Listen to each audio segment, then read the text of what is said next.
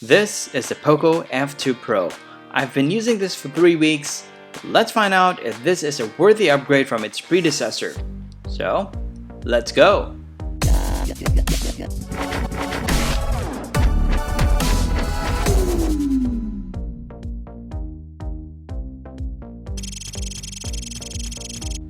The POCO F2 Pro is actually bigger compared to the POCO F1.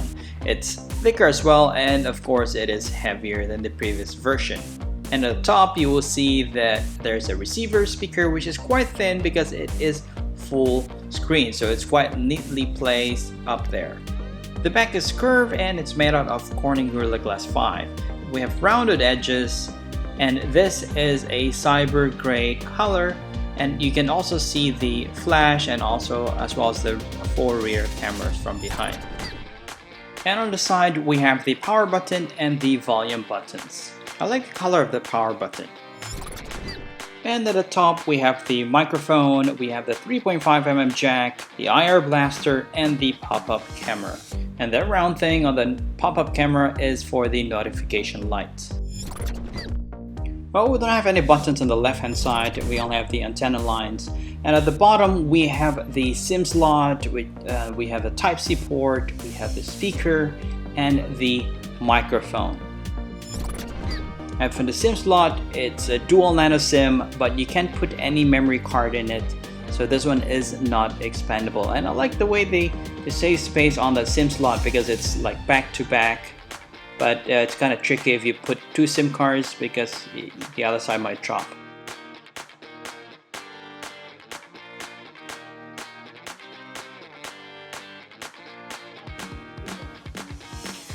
The POCO F2 Pro now has a 6.67 AMOLED full screen display.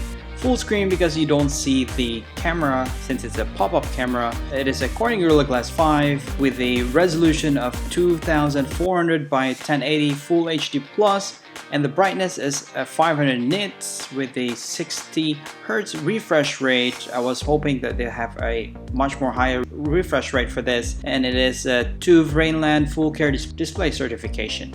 And since it's an AMOLED screen, it comes with the in-display fingerprint sensor to unlock your phone. And it also supports HDR10 Plus and Netflix HD streaming. It only has a single speaker from the bottom, so it always has been its weakness. I mean, the POCO F1 speaker was not as good. It has dual speakers. This has a single speaker, and I mean, it has a decent sound, but not really that fantastic.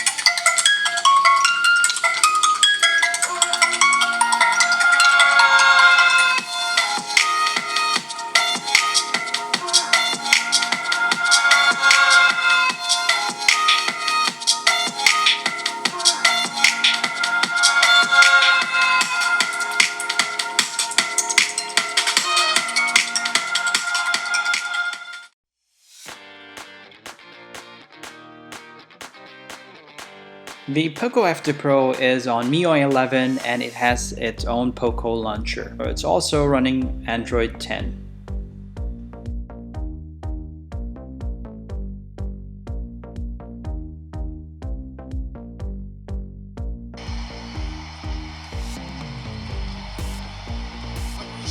And under the hood, it is equipped with the latest Qualcomm Snapdragon 865, which is a flagship platform, which is used by the flagship phones of Xiaomi like Mi 10 and Mi 10 Pro.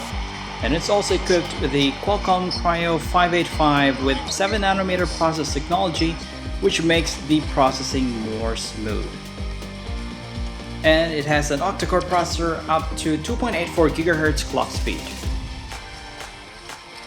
And has Adreno 650 GPU and also 5th generation AI engine processor. And I didn't have any issue setting all my games to the highest setting possible. So as you can see, I'm using this NBA 2K20. It's all high, and there you go. It's still smooth, running smoothly. I can play my games without any issue at all. And what we have here is the 6GB RAM, 128GB. It is an LPDDR4X with the UFS 3.1. It also has a version which is 8GB RAM, 256GB internal storage, and that one has an LPDDR5 and also a UFS 3.1. So storage or saving to the hard drive is much more faster compared to this. So also with this game, I set it to the highest and the most realistic settings possible. So even if I play extended gaming, it's still cool because it has its LiquidCool technology, which is the 2.0, the much more better version. And I do want to highlight this game. I do love playing this game, the Call of Duty Mobile, because it's quite realistic. There's a lot of things that you can play around with this. Like you can drive a tank, drive a helicopter, and so much more vehicles. So you should check this game out.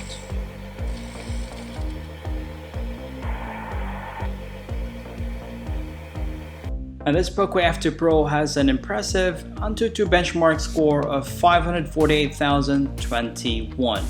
And let's check out the ranking.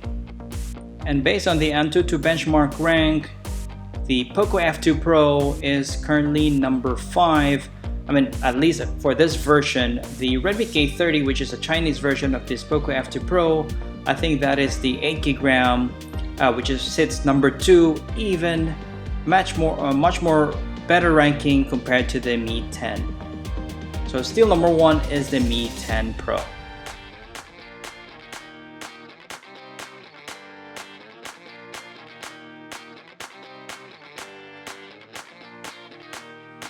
And this phone comes with the 4700 mAh battery. It's quite a big battery and supports 30 watts fast charging. And the charger that comes within the box is actually a 33 watts charger.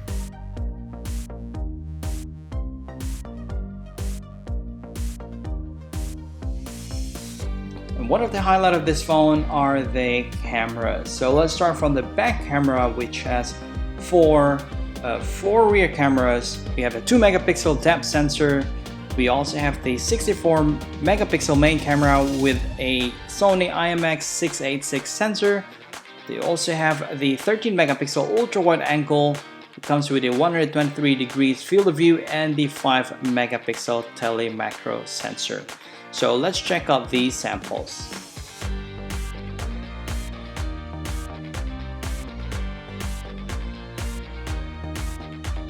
Let's take a close look on this 64 megapixel picture that we have here. So if you zoom in, this is the HD view. As you can see, you can still see clearly the outlines of the building and even the drone flying over there. You can still zoom it in and still see some decent features of the drone itself. So it's quite good.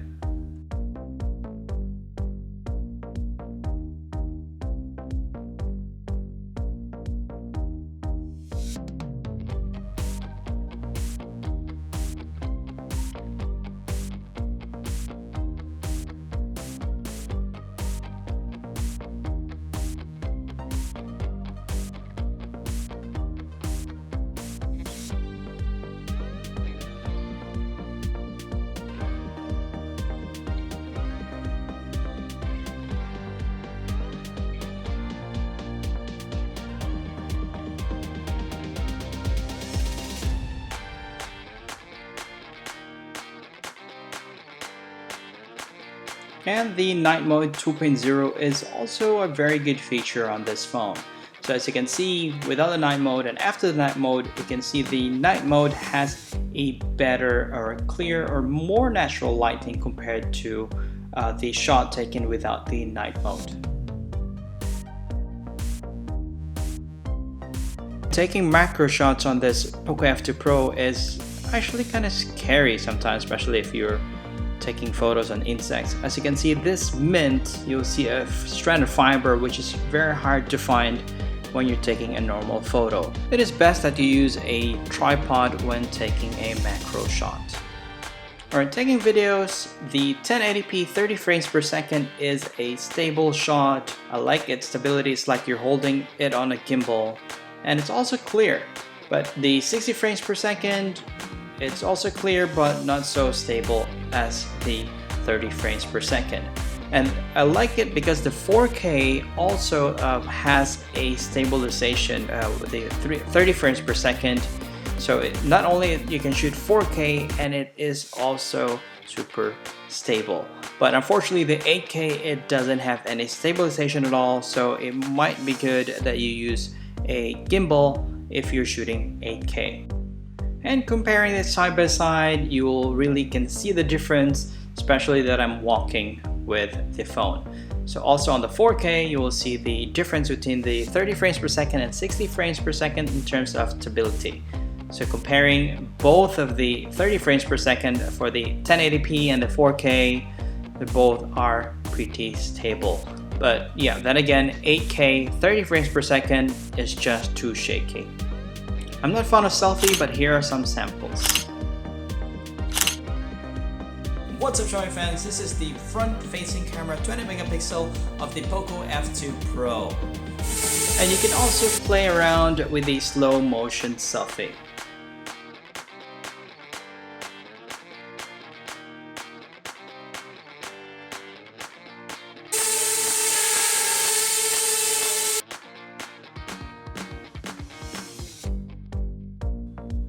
And not only that, there's so much more to this POCO F2 PRO than what I've mentioned, and here are some of the other features that they have included on this phone. So it also has a smarter screen, which is a 360 triple ambient light sensor that can detect ambient light more accurately to automatically adjust the brightness of the screen. And it is equipped with a 5G, and also if it's NFC, and it is Wi-Fi 6 enabled. And for its price, it starts with $499 US, and it should be available in most countries. And what do I think about this phone? Well, I think it's a big upgrade. It's a great upgrade compared to the POCO F1, and the price itself, I would say it's worth it. I know it's debatable. A lot of people are saying it's overpriced, but for me, it's worth the price. And the only thing I don't like about this phone is just the design itself. It's not pretty bad, but I'm not a big fan of the design. I feel leaning on the Mi 10 Pro kind of design. But let me know what you think on the comments below.